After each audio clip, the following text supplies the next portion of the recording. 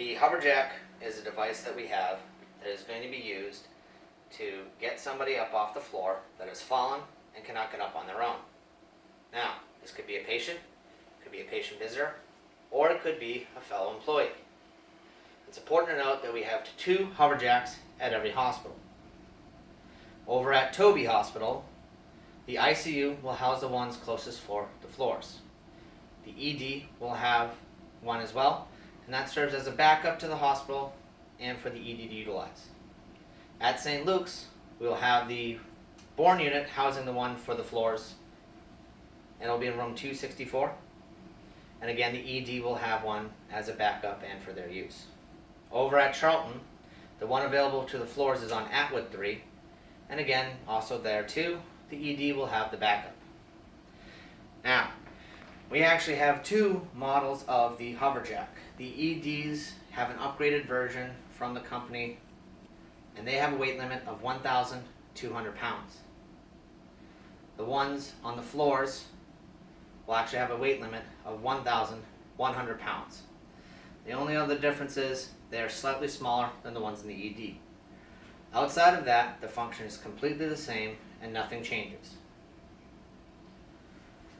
Once you decide to get a Hoverjack to help a patient or visitor or fellow employee up off the floor, you ideally want to use this with a hover mat first. Patient or person will be placed on the hover mat. That will be inflated, be drawn onto the Hoverjack, then you will deflate the hover mat. Now, it's very important to note, you need to center the patient on the Hoverjack. Regardless of their placement on a hover mat, you must center the patient under the Hoverjack below.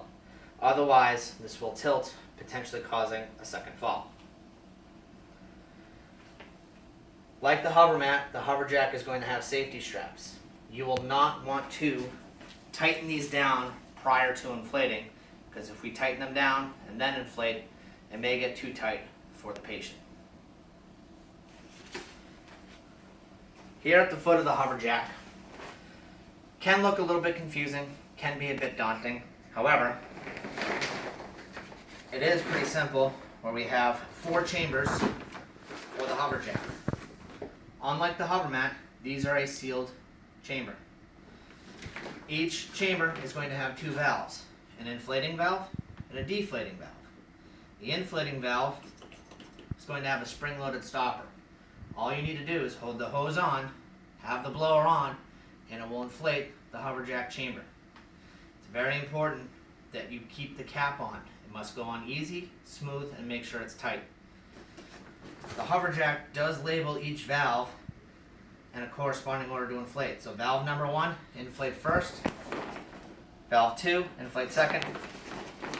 Valve 3, inflate third. Valve 4, inflate fourth. So, it's very important that when you do put that cap on, you do not cross thread.